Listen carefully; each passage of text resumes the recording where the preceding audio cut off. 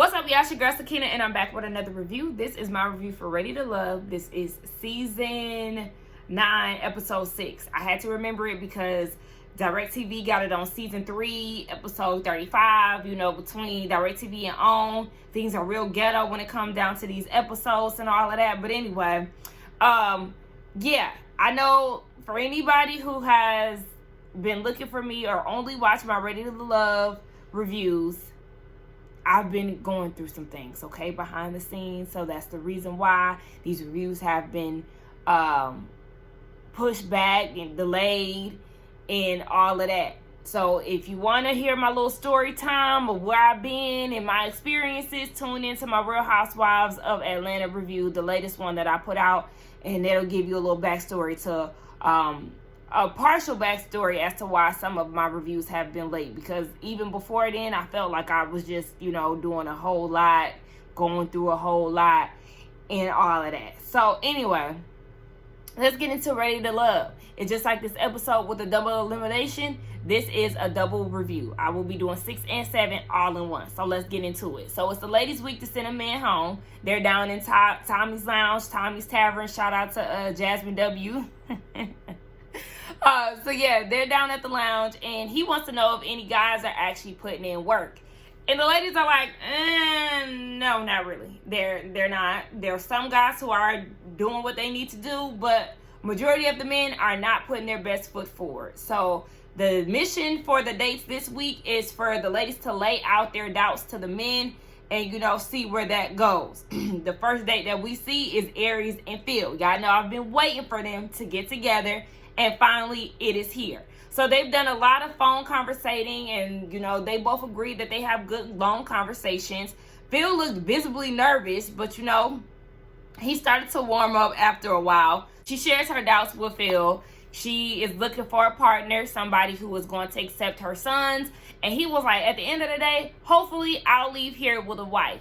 And yes, I do want more kids, but that does not mean that the kids have to come from scratch. When he said that, I said, oh, from scratch, Phil? That was so cute. I thought that was so cute. Y'all know how I feel about Aries and Phil. So I was already like, I hope this goes well. And then they was like color coordinating, and he brought her flowers, and they was saying like, this is Valentine's Day. It was very cute. But that from scratch, that was like the cherry on top for me. So Aries was like, you know, I've also been divorced twice. How do you feel about that? And he was like, I mean, that's your reality. I've been divorced and I have kids, so, you know, it is what it is. He looks at it like, you know, just the next go round, it'll be perfected. I said, okay. He walks her out to the car, and they share a kiss. And the kiss was very much so natural. Nothing like that forced kiss between Unique and Marvin, where they didn't have anything to talk about. It was very awkward. So to kind of break up that tension, they kissed. Now, this was very much we're eye to eye with this. We were in agreement. They came in for a hug. The kiss naturally happens. And, you know, I just really feel a good, genuine vibe from the two of them. This is the couple for me that I'm hoping actually makes it past the show and actually is, like, together. Because I always feel like with Ready to Love, when it comes down to the couples who are still together on the show, it's always a couple that I did not care for. Think about it. Joy and Clifton, was not rooting for them. I initially did like Joy, but once we learned that she was a mean girl, I was not feeling her. Camille and the one guy who she was basically bullying into a relationship. You could not tell me that they would be in a relationship after the cameras went down. I don't know if they're still together, but that was definitely something that shocked me. Mario and what's her name? Rena. Look, Rena ain't Rena from the Bad Girls Club. But you know who I'm talking about. Them, like, it's always a couple that I never see it for. So hopefully Phil and Aries make something out of this, and I can actually be rooting for a Ready to Love couple that made it after the cameras went down.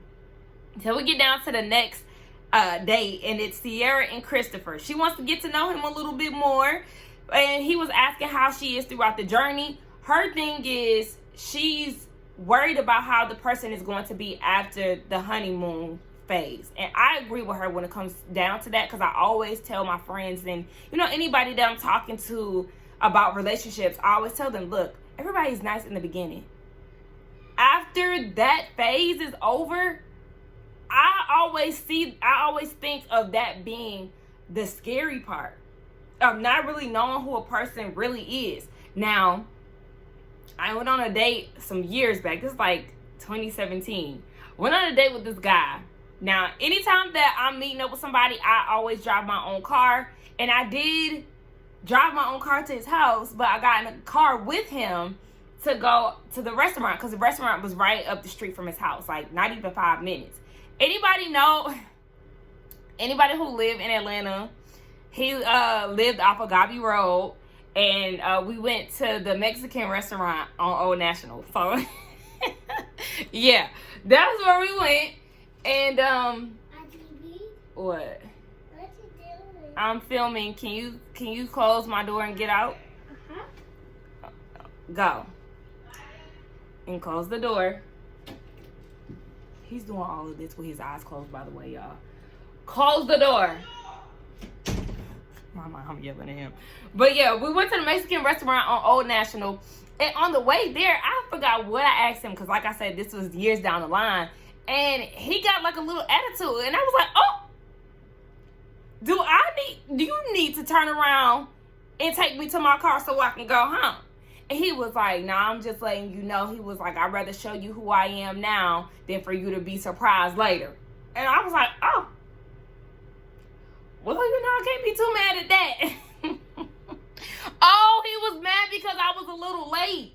And I had to get him together, because I was like, we never set a set time. You never gave me a set time. I just told you that I'll be there in like an hour. And I end up being there in like an hour and a half. But the whole time I was communicating with him. So it's like, don't get mad at me because I was here at a later time when we didn't have an actual time. Yeah, I forgot all about that. Needless to say, he didn't get a second date with me. I think I mentioned him in one of my previous videos where he was a guy that I went on a date with who was bashing light-skinned women. And I thought that was real weird. Because to me, I feel like if you are more attracted to dark-skinned women, just leave it at that. I don't need you to be like, oh yeah, I love dark-skinned women and F light-skinned women. You know, it gives damage. It's weird. It's a level of anti for me. I just don't like that. No, you're not gonna get brownie points with me for bashing a light-skinned woman. No. But anyway, yeah, he's definitely a thing of the past, honey. But I don't even know how we got into that. Oh, yeah, because we was talking about the honeymoon phase and, you know, getting to know people after that phase is over and really seeing the real them versus their representative. So Christopher said that he does not doubt himself. He has no insecurities because he's sure of himself. Now, there are a lot of people like that. And actually, in my notes, I was like, okay, he may have done some self-work to where he's confident in the choices that he makes in life and all of that, you know. Some people get there with therapy and all of that. So I'm like, maybe he did a little bit of self-work. Okay. But, you know, we all have those insecurities. A lot of us have, you know, insecurities about ourselves. And maybe he didn't want to share it. I don't know. But according to him, he ain't got none. And he's big on consistency. I am too. So I got him on that. But in her confessional, Sierra's just like, I don't really know how to feel about him. Something about it is not genuine. And then we see him running down his resume. And I remember somebody saying that in the last women's lounge when they were debating on who should go home. They said that he was running down his resume. And it was Unique. I think that was Unique who said that. It was somebody. It don't matter. But we see him talking about he went to school for 2 years to be a doctor. He used to be in fashion. He walked in New York Fashion Week shows. I'm just like, so you just this jack of all trades who done did and seen it all, huh? I would feel like he's lying. Because then I think he told somebody down the line that he went to school for chiropractic. I don't know. He just got a lot going on. And she wants to know his dating style. He said that he pays attention to detail in which, what a woman likes. And she was like, okay, well, I like Birkin bags. I like Chanel bags. Why she say that? Because them insecurities started to pop out. Oh, you like Birkin bags, so what if I'm down and what if I'm going through a rough patch and I can't afford it? What you gonna do? Go to the next man? And she's like, no, I'm gonna get it for myself as I typically do. Like, what are you talking about? He just could not stand to hear the word Birkin, baby. And I was like, you're acting as if she's asking you for a Birkin bag. She's not asking you for that. She's just telling you what she likes. And if you don't have the budget for that, then she simply is not the woman for you. It's as simple as that. But for you to be hooting and hollering the way that you are, yeah, I was with Sierra. Them insecurities is poking out, baby, that you said that you did not have. Relax. She ain't feeling you, so she is not expecting you to buy her no Birkin or Chanel bag, okay? So Jessica pulls up on Chris while he's at work. He's into construction or whatever it is that he does, and they go into one of the houses to have some lunch. I don't like cookie cutter houses, and this is no disrespect to anybody who has a cookie cutter house, because a house is a house, okay? I live in my mama's house, but it ain't cookie cutter though, I'll say that. But I'm saying cookie cutter in the sense of the design is very similar to a lot of houses. I feel like a lot of new developments, baby, y'all just copying and pasting and giving it a different neighborhood name, okay? That's all that it is. So many new constructions going on around my area. I'm like, I'm sure I go into this neighborhood, these houses gonna look exactly like the houses that's being built down here in the next neighborhood. But anyway, Jessica said that Chris is very inconsistent when she compares him to Morier. Morier is, I guess, one of the people who was putting in the work. So he wants to get more into her, what she has going on, because in his confessional, he feels like because she's an authoritative figure, he's not really seeing that compassionate side. So that's what he really wants. And she expresses her doubts in his inconsistency. And he was like, well, you know what? You can reach out to me a little bit more too. I get busy, but we both can work on that. And they was like, okay. And then he was like, well, my thing is, I want you to speak to me in a softer tone, because I'm always going to speak to you in that manner. And in her confessional, Jessica was like, I don't know the difference between the two, okay? And one thing about it, I don't want to soften my voice just to get me a man. And I was like, oh, okay, Jess, I'm with you. But at the same time, as somebody who is always being called out on her tone and delivery, we got to do better. Because it's always in the way that it's being presented. We ain't saying that you got to sound like a damsel, or you got to sound like, this airhead who doesn't get it or whatever. We do. I'm saying this because it's something that we both need to work on. We just really have to work on the way that things are being said.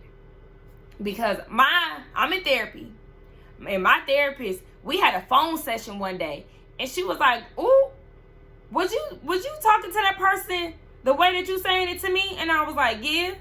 She was like, we gotta work on that tone, baby, because that right there, I can see why they would feel like that. Because if you talking like that ain't gonna get you where you want to be. And I was like, you know what, you're right. But my friends, family, everybody always tells me that. So this is not nothing new. This is not, from a man's perspective. This is from loved ones and all, honey. Sakina has an issue with delivery, but you know what? I'm working on it, because I've gotten to the point where, and I had this moment like a few weeks ago when I was doing a review. I was like, damn, I'm always giving people advice on how they could have worded this, how they could have said that. But when it comes down to me, I go off the rails.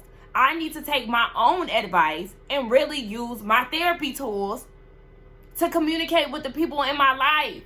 So I've really been implementing that, because I do feel like it's very tired for me to suggest these things for people and not really, exercise what I'm preaching to everybody else. So Jessica, girl, we got to get it together, okay?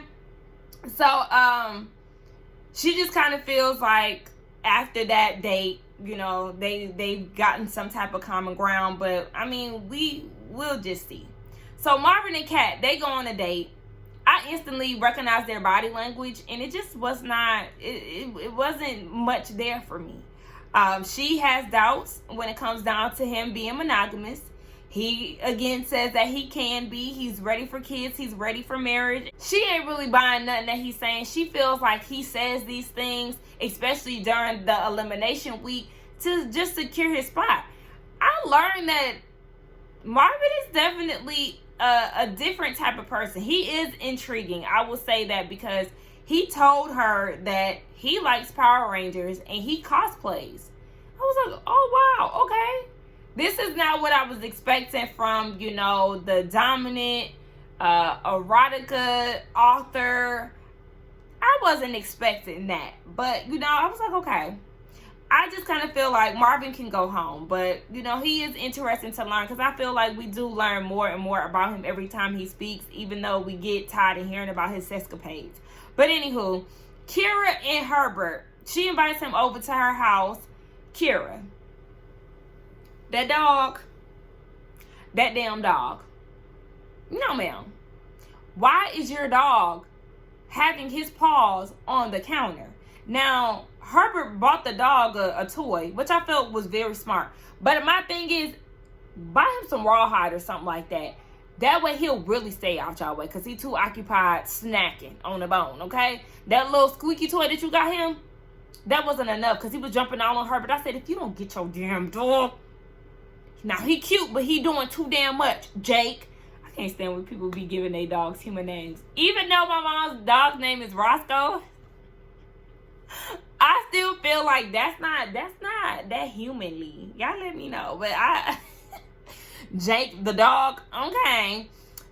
She shares with Herbert her doubts. And she said that he's very nonchalant and she's used to men chasing her. And he was like, you know, I told you about, you know, juggling multiple women, dating multiple women. It's a lot. He's dating 3 women and Kira wants to know if she's in the top 3. I mean, he say yeah, but I'm going to say that you ain't, sis. I don't really think that he like you all like that. I don't even know why he here at your house because I don't see it for y'all two. So then she proposes to him that they make a TikTok. I mean, she said that it wasn't a TikTok, girl, it's a TikTok. She said that she makes dances with everybody that she likes. So basically, he made the cut. So go ahead and get this choreo down. So they hit a little don't. Then she bend over and, you know, he do all of that. And I was just like, what the hell is this? What the hell is this? And Herbert was thinking that in his mind, too, because he ain't seeing it for you romantically. Y'all cool, and that's it. I said, go ahead. Kira, you need to pack your bags with Marvin. Y'all both need to be walking out hand in hand because neither one of y'all got any type of love interest here. So go ahead. And then we get down to Janelle and Quentin. Now, she said that she liked Herbert because he's ready to go when it comes down to marriage and kids. Quentin, on the other hand, he's younger, so she's trying to figure out the timeline in which he's trying to start a family and be married. When she asked him about the age difference, he was like, you know, I don't think about that. We can address things when we get there. Wrong answer. What are you talking about? Get where? Now is the time to discuss these type of things because you don't want to get into a relationship with somebody and figure out that y'all are on totally different pages, chapters, and books. I was like, what are you talking about? He then wants to give her reassurance and he was like, yeah, you know, marriage and kids, that doesn't take long to do. And I'm like, it doesn't take long to do, but you don't want to take those steps with the wrong person. You don't want to move fast and then discover later that this isn't the person for you. So, man, I just didn't like it. I mean, she had a good feeling about it, but I'm just kind of looking at it like, no. And I was annoyed that his shirt was buttoned up all the way to his neck.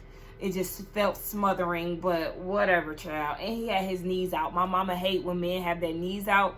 It doesn't bother me, but it's something that my eyes instantly drew to because my mom hates it so much. So the next day is Kira and Morier. And immediately I'm like, why are we here? Why are we here? Because I already know that this is not going to go anywhere. There's no connection here. Kira wants to get down to the bottom of this black culture question. And I said, well, one thing about it, you went wrong when you chose white chocolate over dark chocolate on your ice cream. I'm really joking, y'all, because I don't like chocolate. And I'm not going to have chocolate on my ice cream, whether it be white or dark. Okay? So don't ask me about that. But I was like, look at you choosing the white over the dark. Okay. She said, so she shares her doubts with him, especially regarding the culture. And he said, baby, everything that he does is rooted in blackness, okay? His everyday life is filled with black, okay? And here she go. She's mentioning, well, you know, I have brothers and I have a dad. Kira, this has nothing to do with that. You having family members, you having dads, cousins, and brothers has nothing to do with how you view, live, and indulge in blackness as an individual. And I'm tired of her mentioning that, because last week it was the cousins, this week it's your brother and your dad. What does that have to do with anything? Now, I know that family plays a part in your upbringing, but we're talking about you as an individual. How do you show up in your blackness every day? Because when you make comments saying that, you know, your friends are white and, you know, you're the closest to white here and all of that, when you make comments like that, it makes one wonder, how do you identify? Because what's going on? You're deeply melanated is not close to white. Just because you have a uppity voice, that does not align you with white people, baby. Because at the end of the day, those white people are still going to see you as black. So we're just a little confused. And at this point, she just feels like she's prejudged and she's questioning Morier's character. No, baby, at this point, you're the one in question, because you can never seem to explain how you identify with your blackness, Miss White Adjacent. Then the last date was Lee and Marvin, and I said, again, what are we doing? This made me realize that the pairing on Ready to Love this season, and I felt like that in previous seasons too, but this season is really showing me that the pairings are not really there as far as the candidates. Let me say that. It's always the men. The men always seem to drop the ball, and I'm not going to sit here and act like the women that they choose are perfect. Tequila.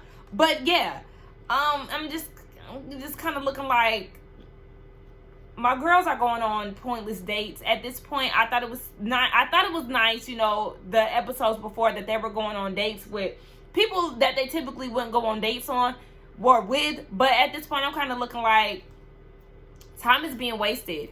And it's just going to show that there's not enough quality men to go around for these women. Because what is Lee and Marvin going on a date for when they already had a discussion at the hoedown that seemed to be that there was nothing coming from this? Anyway, she said that he doesn't pique her interest. Again, why did you go on a date? She's just more so intrigued. Everybody likes to hear his stories, but nobody is interested in how he gets down. At this point, y'all should have been sent him home. So she wants to know how he is as a person. He said he's a very even-tempered person. His favorite movie is Jurassic Park. Again, you know, he's just a different type of person, and he does intrigue me. I too would be interested in hearing the stories that Marvin has to say or tell, because I feel like he's interesting.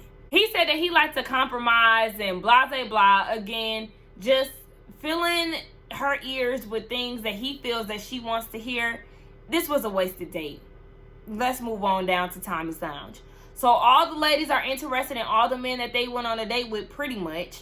Aries and Phil, they like each other. Janelle likes Quentin. Kira likes Herbert. And Jessica likes Chris. So Sierra says she's not interested in Christopher. Aries don't like him either. Lee says she ain't into Marvin. Kat feels like he's just saying what the women want to hear. And Jessica was like, I mean, last time I talked to him, he told me that he liked to watch his partner have sex with other people. And Tommy was like, he ain't say that. Yes, he did. And y'all have to understand that everybody is not going to be into, you know, the traditionals. Okay? There are people who like to watch their mates have sex with other people. And guess what? That's okay.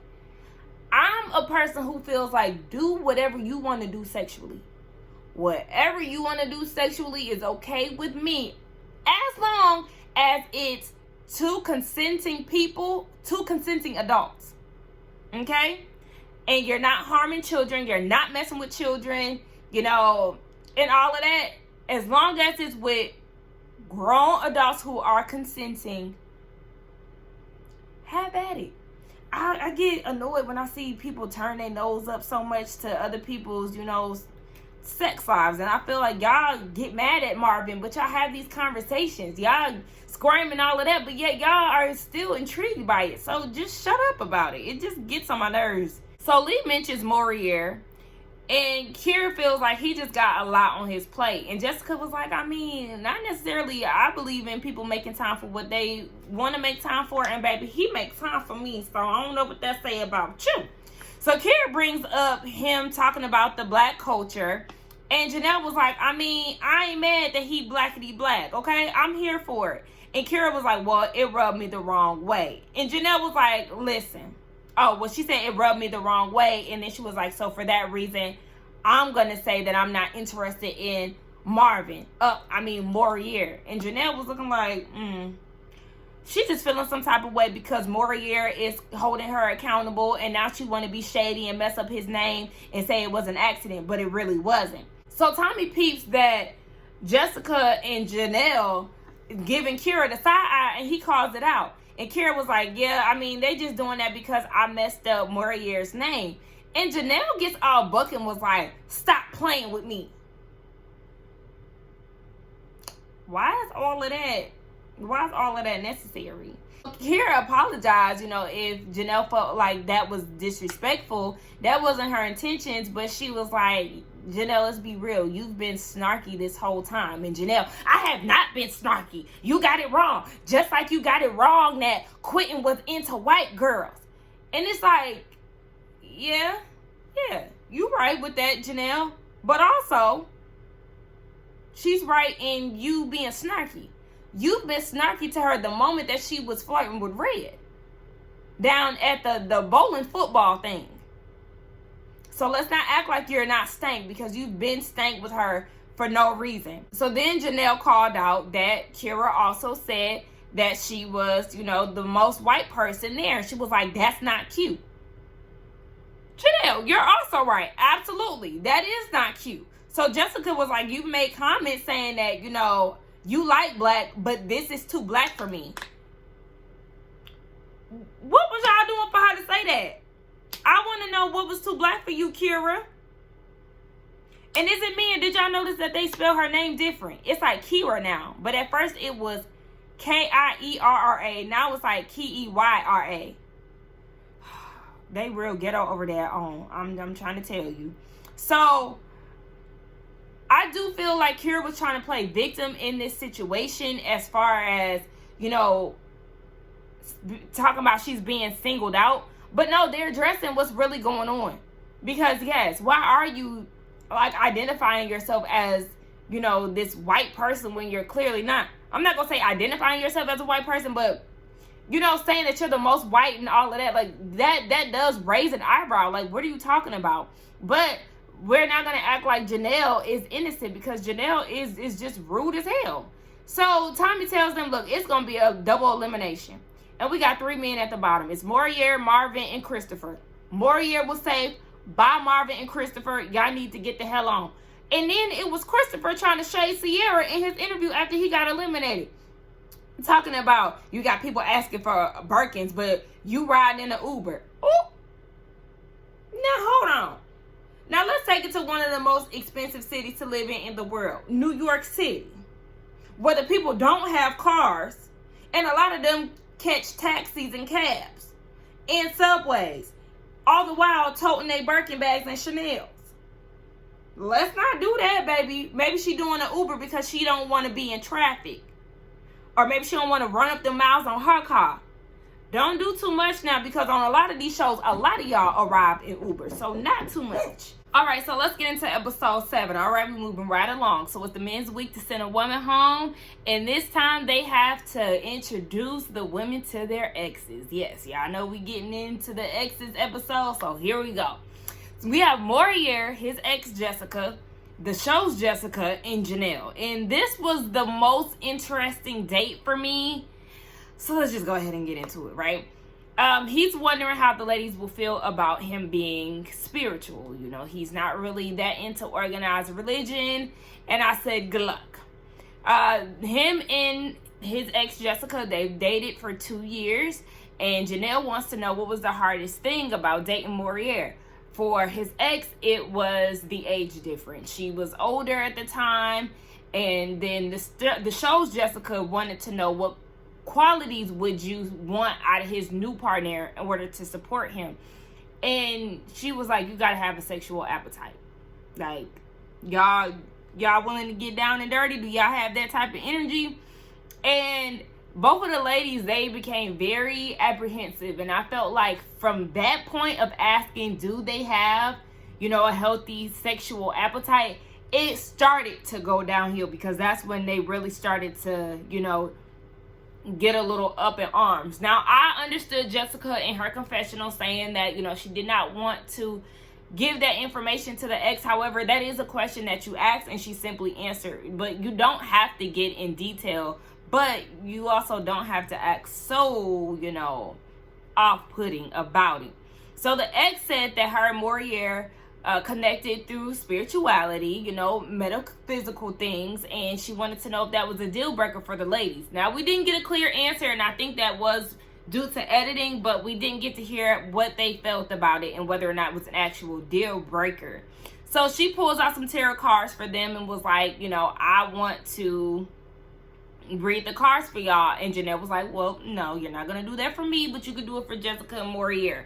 And she pulled the card, and it was just basically telling him or them that their intuition will play a part in their future, which was very vague. You know, it wasn't anything crazy, but according to Jessica in her confessional, she's wondering what this craziness is, because Morier never mentioned incense burning energies, tarot cards, and all of this. And you know how I feel. You already know how I feel about stuff like that. When black people look at spirituality as a bad thing versus, you know, organized religion, you know, that really just started to rub me the wrong way. They both were like, you know, Jesus Christ is their Lord and Savior, and they don't want nothing else, which is perfectly fine. I just don't like the negativity that comes with super Christian people and their views on spirituality, because yeah, it doesn't make sense. Y'all talk about, oh, I don't want to deal with spirits and da da da da, but the Holy Ghost, y'all pray and all of that, it just doesn't, you know, and then this is also something that our ancestors did. I just don't like it. Anyway, he understands where the ladies are coming from, because he too was in a space like that before. He just does not like how it was conveyed. And Morier, you did drop the ball by just putting that on them like that. That should have been a conversation that you all had prior. Y'all should not be 7 weeks into the process and they don't know what your, you know, religious preference is. So Quentin, his ex Bree, Lee and Janelle, they meet up. I will say I did like Bree, his ex's energy. She seemed very bubbly, outgoing, and, you know, down for the situation. So Lee wanted to know what ended their relationship, and Bree said it's because he didn't want to settle down. He didn't want exclusivity, and that's what she wanted. So then Quentin was like, yeah, I did. You know, I actually ghosted Lee recently because I was overwhelmed with the process. And this was news to Lee, because she was like, wait, he was ghosting me? And she definitely didn't appreciate that he said that in front of Janelle. And I'm like, I feel like that was BS. I think that he's more so putting all his energy towards Janelle and not Lee, because if you paid attention to, you know, the dates and the interactions, he's only dealing with Janelle. He hardly ever mentions Lee. The only time that we hear it is like when they're in the gentleman's lounge, but for the most part, he gives Lee no play.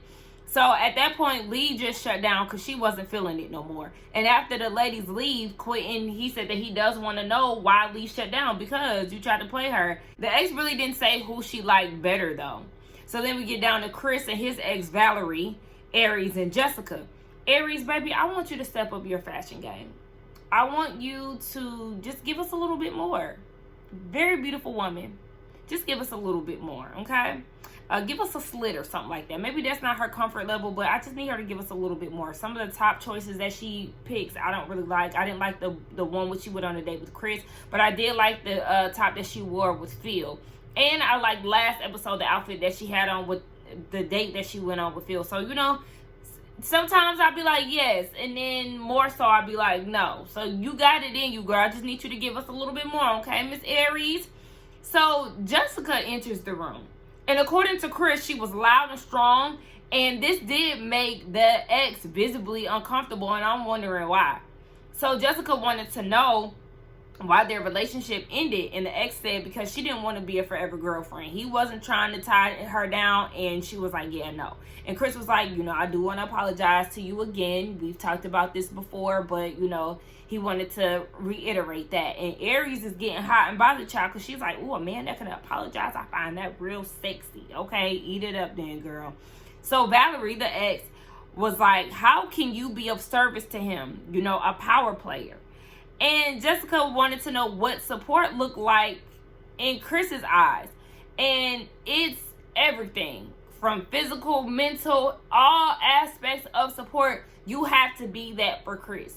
But Jessica wants to know, okay, well, what does his support look like to you? Like, how does he show you support? Baby, he don't. He doesn't. Valerie said that it felt like servitude being with Chris.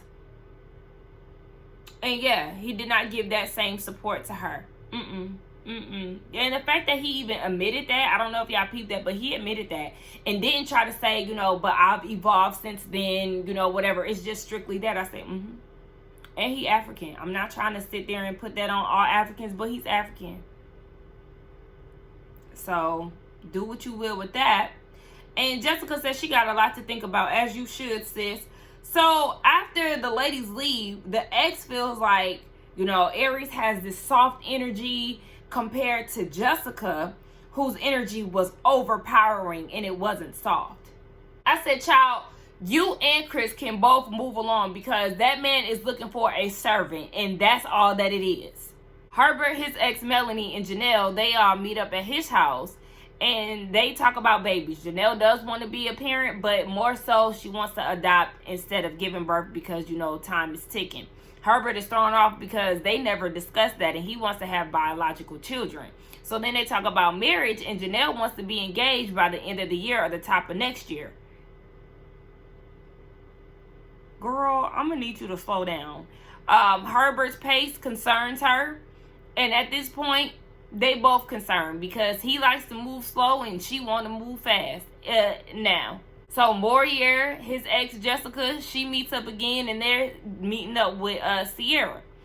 And Sierra had me cracking up when she thought that the ex was Tequila. Because she does look like her though. Like seriously. They look just alike. Y'all, I'm working this weekend, so yeah. Anyway, yeah, the ex did look just like Tequila, and I thought it was hilarious because Sierra was messing up her name. She was like, "What's that girl name?" Tequila. She was doing all kind of sound effects and stuff. She was like, "I don't know, that girl left so long ago." She did, but I feel like the ex is a more polished version of Tequila. But the ex said, do you care if he's still friends with his ex? That's not something that Sierra is used to. She really prefers them not to be close. And Morier was like, yeah, I missed that. And Sierra's like, missed what? Missed your opportunity? Is this your queen? Because I was wondering the same thing. What do you mean you missed? I know that, y'all didn't work out, but it sounds like you're a little bit more remorseful, sir. Do y'all need to be trying to work things out? Because that's what it sounds like to me. So Phil, his ex Amina, Aries, Kat, and Kira, they go on dates. Well, Kat and Kira, they go on a date with her, and then Aries has her own individual date. I said, oh, so Phil's ex is a white girl. Now, she a thick white girl. I said, oh, well, this should help Kira come out her shell a little bit. I don't know, though, because Amina look like she got a little flavor. She might be a little too seasoned for Kira's taste, but I don't know. Phil, he said that he doesn't get jealous, when it comes down to Aries, but, he feel a little way when he hear other men gushing about her. And Aries wants to know why they broke up. They broke up because he wasn't trying to tie her down. Why is this a pattern when it comes down to these men? Are y'all really ready for love? I don't know. But, he wasn't ready to commit, and also there was no physical connection between the two of them. And the ex asked Aries, was there physical connection between the two of them? And she was like, yeah. I'm very shocked to hear you say this, because as we're speaking, ma'am, that hand is on that leg. So, yeah, I don't know what you speak of. I said, oh, he really like you then. So then Kat wanted to know, as far as his lack of physical touch and all of that, was it a rough patch that he was going through? And he was like, yeah, work played a part in it. I'm a claims adjuster. And, it typically storms and all of that. But during that time, it was good weather. And, they was joking and laughing about it. And Kira is looking like, I don't know how to feel about Phil, because it seemed like he don't have a purpose or no path. He is just walking. And I'm like, Kira, where do you be getting this stuff from? I mean, I'm not there, and I know the power of editing. We only got so much time to show on TV. But do you be making some of this stuff up in your head? Do you take certain things and run with it? Because I didn't see that he was, just coasting through life. I don't know, but I wasn't there, so I'm not going to give her too much. But I was just kind of like, girl, how did you make that assessment? They start talking about him having kids. Kira said that she doesn't want a man with kids. Well, maybe there's the door, because he has children. And Kat said that she wasn't bothered by it because of their age, in their 30s. Some people have kids. It is what it is. So the ladies leave, and after some evaluating, the ex is Team Aries, as I am too. So then we get down to Tommy's lounge. And Quentin said that the ex chose Janelle. He didn't like the fact that Lee, got stiff on him. Morier is worried about his connections at this point. And he's like, I might have to just settle for Sierra. And Tommy was like, no. How do you feel about these ladies? And which woman do you connect with? And he was like, I connect with Jessica. All right, then. And then Chris says that when Jessica came in, she was loud and not comforting. Chris, you about to get on my nerves. And I'm about to put a X on your face on my thumbnail, because I'm not feeling this image that you're trying to paint of Jessica.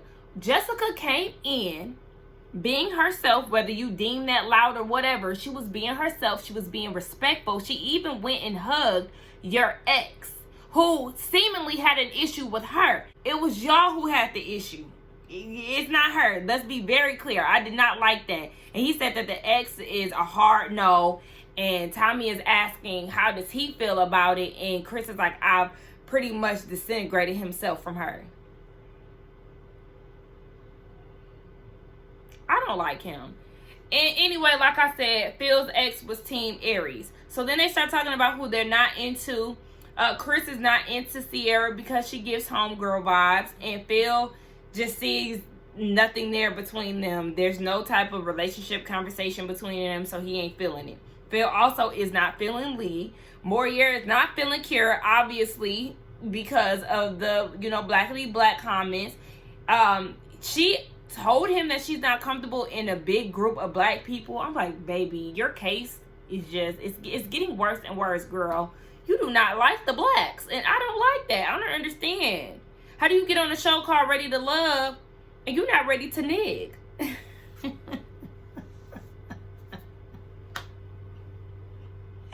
You're not ready to nig.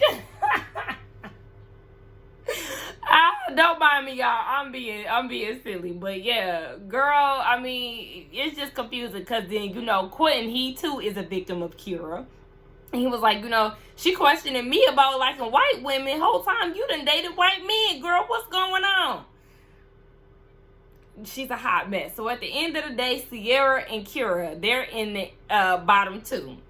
Sierra is safe to stay. And Kira, baby, you are sent home. And yes, she is fine with that. She feels like she was ready to leave. Finally, her and the men had agreed on something. Baby, go ahead, find you a nice white dentist or somebody who will make your life happy. Because, I mean, you got on here. Now I'm thinking about it. Maybe she got on Ready to Love to force herself to date black men. Yeah. I'm thinking that's the reason. Anyway, let's get down in the comments and talk. Y'all let me know what y'all thought about this episode or these 2 episodes and my 2 reviews.